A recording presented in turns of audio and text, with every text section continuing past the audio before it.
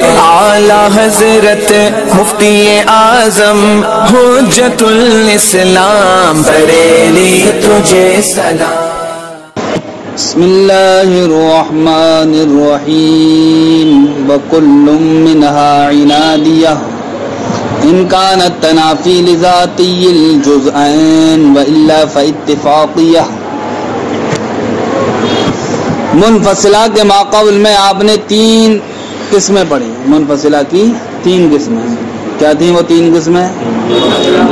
حقیقیہ، مانعۃ الجمع، مانعۃ الخلو. فرماتے ہیں ان میں سے ہر ایک کی 2 قسمیں ہیں. منفصلہ چاہے حقیقیہ ہو، چاہے مانعۃ الجمع ہو، چاہے مانعۃ الخلو ہو، ان میں سے ہر ایک کی 2 قسمیں ہیں. پہلی قسم کا نام کیا ہے؟ عنادیہ. اور دوسری قسم کا نام کیا ہے؟ اتفاقیہ. منفصلہ میں کیا ہوتا ہے صاحب؟ 2 نسبتوں کے درمیان تنافی یا عدم تنافی کا حکم ہوتا ہے. اب یہ دیکھنا ہے کہ 2 نسبتوں کے درمیان جو تنافی کا حکم ہے یہ ذات کی وجہ سے ہے یا محض اتفاق کی وجہ سے ہے؟ ذات کی وجہ سے ہے. جو 2 نسبتوں کے درمیان تنافی ہے میرے پیارو، یا تو اس اعتبار سے ہوگی کہ پہلی ذات دوسری ذات کا منافی ہے، دوسری ذات پہلی ذات کا منافی ہے، تو یہ تنافی کہلائے گی ذات کے اعتبار سے.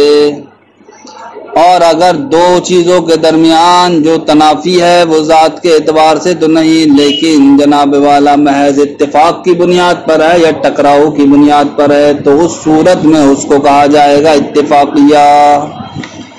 تو اگر 2 نسبتوں کے درمیان تنافی ذات کی وجہ سے ہو، یعنی کہ دونوں میں جو تنافی ہے وہ اس اعتبار سے ہے کہ ایک کی ذات دوسری کی ذات کے کیا ہے؟ منافی ہے، تو اس کو کہیں گے عنادیہ. اور اگر تنافی جناب والا محض اتفاق کی وجہ سے ہے یا ٹکراؤ کی وجہ سے ہے تو اس کو کہیں گے اتفاقیہ. کیا کہیں گے؟ عنادیہ. اذا علمت اقسام المنفصلہ، جب آپ نے منفصلہ کی قسموں کو جان لیا، فعلم تو جان لو ان کل واحد منہا ہے نہیں ہے، منہا علی قسمین. تو منفصلہ کے اقسام میں سے ہر ایک کتنی قسموں پر ہے؟ 2 قسموں پر ہے، عنادیہ و اتفاقیہ. فالعنادیہ هی التي حکم فیہا بالتنافی بین الجزئین لذاتیہما. تو عنادیہ وہ قضیہ منفصلہ ہے کہ جس میں 2 جزوں کے درمیان تنافی کا حکم لگایا گیا ہو ان 2 جزوں کی ذات کی وجہ سے. ای ذات و احد الجزئین، یعنی کہ 2 جزوں میں سے ایک کی ذات تنافی یا منافی ہو، کس کے ساتھ؟ ذات الاخر، دوسری کی ذات کے. تنافی بین الزوج والفرد، جیسا کہ جناب والا زوج اور فرد کے درمیان منافات ہے یا نہیں. زوج کی ذات میں تنافی ہے کہ زوج کی ذات یہ فرد کی ذات کے کیا ہے؟ منافی ہے.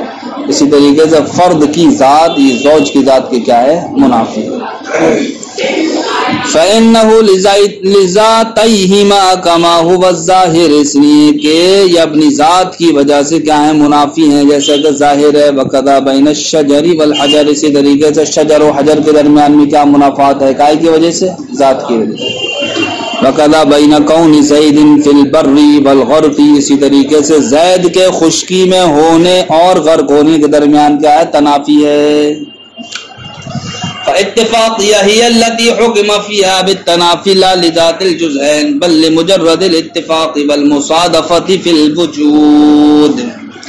اتفاقیہ کس کو کہیں گے؟ اتفاقیہ وہ قضیہ منفصلہ ہے کہ جس میں تنافی کا حکم تو لگایا گیا ہو، لا لذات الجزئین، 2 جزوں کی ذات کی وجہ سے نہیں، بل لمجرد الاتفاق والمصادفۃ فی الوجود، بلکہ محض اتفاق کی وجہ سے اور وجود میں ٹکراؤ کی وجہ سے.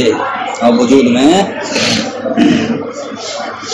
جیسے زید اما ان یکون کاتبا او شاعرا، زید یا تو کاتب ہوگا یا شاعر ہوگا. تو اب دیکھو بھائی زید کے لیے جو ہم نے کتابت کو ثابت کیا، سمجھ گئے، اور شاعر کی کیا کر دی؟ نفی کر دی.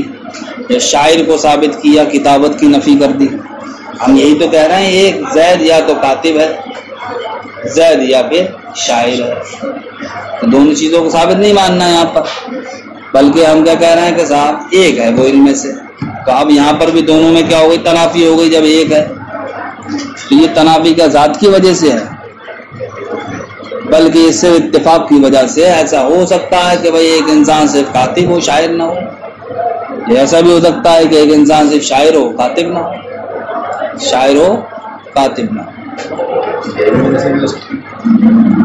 تو اب یہ ضروری نہیں ہے نا، ضروری نہیں ہے. یہ بات تو ہماری ثابت ہوئی یا نہیں ہوئی کہ زید کاتب ہو یا پھر زید شاعر ہو.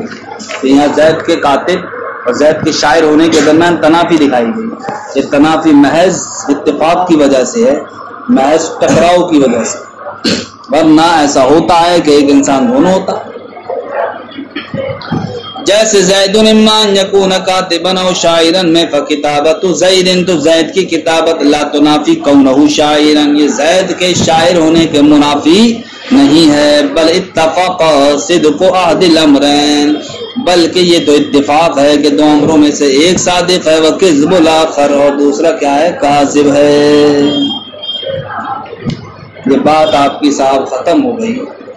اب بات یہاں سے نئی شروع ہوتی ہے کہ قضیہ حملیہ کی آپ نے 4 قسمیں پڑھی تھیں اس کے موضوع کے اعتبار سے. اسی طریقے سے فرماتے ہیں مصنف علیہ الرحمہ کہ یہاں پر قضیہ شرطیہ کی بھی 4 قسمیں ہیں اس کے مقدم کے اعتبار سے. قضیہ شرطیہ کی 4 قسمیں ہیں اس کے مقدم کے اعتبار سے. اب چاہے وہ شرطیہ متصلہ ہو، چاہے وہ شرطیہ منفصلہ ہو، ٹھیک، پھر چاہے ان کی اقسام در اقسام بات چلے. بہرحال شرطیہ اگر ہے وہ تو مقدم کے اعتبار سے 4 قسمیں نکل کے آئیں گی. مقدم کے اعتبار سے جس طریقے سے قضیہ حملیہ میں موضوع کے اعتبار سے 4 قسمیں نکل کے آئیں گی، اسی طریقے سے قضیہ شرطیہ میں مقدم کے اعتبار سے 4 قسمیں نکل کے آئیں گی. وہ 4 قسمیں جناب والا یہ ہیں کہ مقدم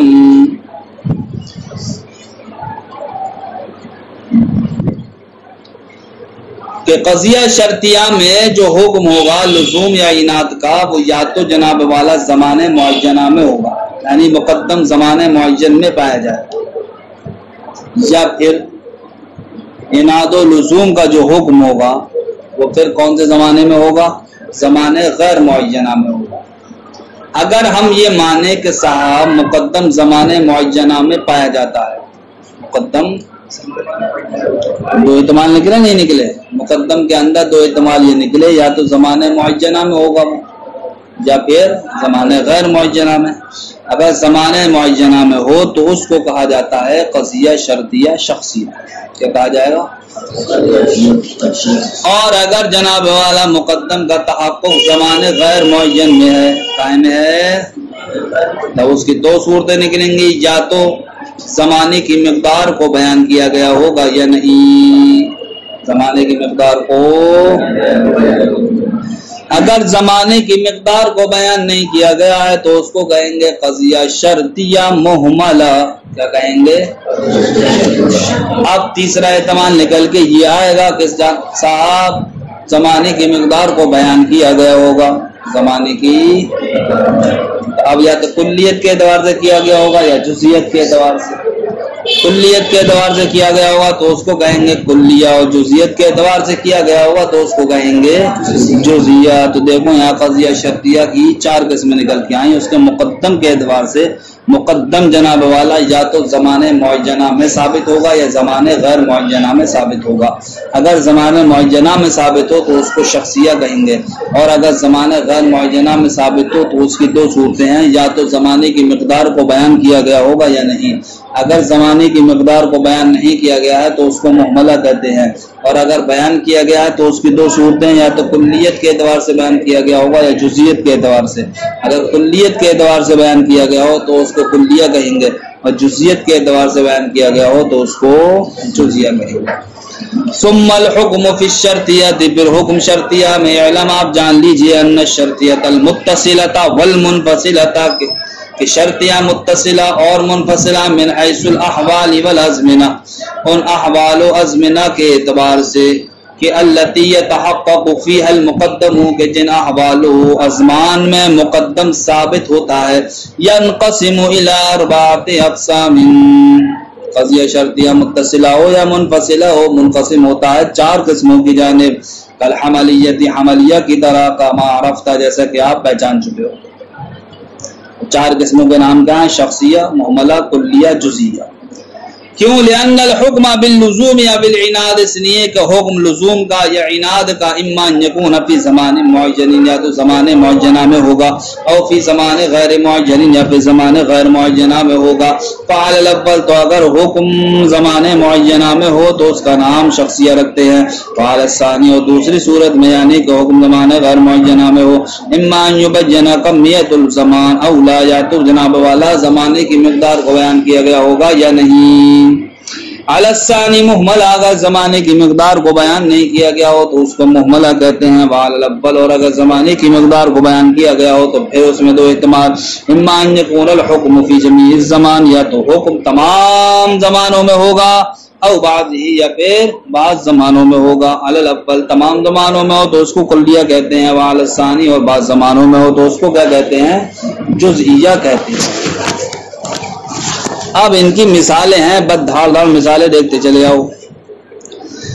مثال الشخصیت فی المتصلہ، شخصیہ متصلہ کی مثال ایجاب کے اعتبار سے، ان جئتنی مع صدیقی اکرمتک، اگر تو میرے پاس میرے دوست کے ساتھ آئے گا تو میں تیری تعظیم کروں گا۔ اور سلب میں کیا کہو گا؟ لیس ان جئتنی مع صدیقی اہنتک، اگر تو میرے پاس نہیں آیا میرے دوست کے ساتھ تو میں تیری توہین کروں گا۔ وفی المنفصلۃ ایجابا، اور منفصلہ میں کہو گے بطور ایجاب، زید اما ان یکون طائعا او عاصیا، زید یا تو اطاعت و فرمانبرداری کرنے والا ہوگا یا نافرمان ہوگا۔ وسلبا، سلب میں کہیں گے لیس اما ان یکون هذا الشیء الان اسود او ابیض، ایسا نہیں ہے یا تو یہ شے اب کالی ہوگی یا سفید ہوگی۔ ولا سور للشخصیت مطلقا، قضیہ شخصیہ کے لیے چاہے وہ متصلہ کے قبیل سے ہو چاہے منفصلہ کے قبیل سے ہو، کوئی سور نہیں ہے کہ جس کے ذریعے سے اس کی مقدار کو بیان کیا جا سکے۔ ومثال المحملۃ فی المتصلہ، قضیہ شرطیہ متصلہ میں محملہ کی مثال ایجاب کے اعتبار سے، ان کان ھذا تفاحا کان فاکہۃ، اگر یہ سیب ہوگا تو میوہ ہوگا۔ سلب کے اعتبار سے، لیس ان کان ھذا مجتہدا کان فاشلا، ایسا نہیں ہے کہ اگر یہ محنتی ہوگا تو فیل ہو جائے گا۔ فی المنفصلۃ، منفصلہ محملہ میں کہو گے آپ ایجاب کے اعتبار سے، اما ان یکون زید عالما او جاہلا، زید یا تو عالم ہوگا یا پھر جاہل ہوگا۔ وسلبا، سلب میں کہو گے لیس اما ان یکون الحیوان حساسا او متحرکا بالارادہ، کہ ایسا نہیں ہے یا تو حیوان کیا ہوگا؟ حساس ہوگا یا پھر متحرک بالارادہ ہوگا، ایسا نہیں ہے۔ وَإِطْلَاقُ لَفْظَةِ لَوْ وَإِنْ وَإِمَّا، اور لفظ لو، ان اور اما کا اطلاق متصلہ اور منفصلہ میں کائے کے نہیں ہوتا، للإہمالی، محملہ کے نہیں ہوتا۔ بس یہی بات تمہیں سمجھنا ہے، سوروں کو تلاش کرنا ہے کہ کون سا لفظ قضیہ شرطیہ میں ذکر کیا گیا۔ اگر لفظ ان، لفظ لو، لفظ اما ذکر کیا گیا تو آپ سمجھ لو گے یہ قضیہ شرطیہ کیا ہے؟ محملہ ہے۔ ومثال الجزئیۃ فی المتصلۃ، جزیہ کی مثال متصلہ میں ایجاب کے اعتبار سے، قد یکون اذا کان الشیء نباتا کان شجرا، کبھی کبھی ایسا ہوتا ہے جب کہ کوئی شے کیا ہو؟ نبات ہو تو وہ کیا ہوتی؟ شجر ہوتی ہے۔ سلب کے اعتبار سے، قد لا یکون اذا کان زید عالما کان متورعا، کبھی ایسا نہیں ہوتا جبکہ زید کا عالم ہو تو وہ کیا ہو؟ متقی ہو۔ وفی المنفصلۃ، اور جزئیہ منفصلہ میں آپ کیا کہو گے ایجاب میں؟ قد یکون اما ان یکون ھذا الشیء جمادا او نباتا، کبھی ایسا ہوتا ہے یا تو یہ شے جماد ہوگی یا نبات ہوگی۔ سلب میں کیا کہو گے؟ قد لا یکون اما ان یکون ھذا الشیء فرسا او حیوانا، کبھی ایسا نہیں ہوتا یا تو یہ شے کیا ہوگی؟ فرس ہوگی یا حیوان نہیں ہوگی، یا حیوان ہوگی۔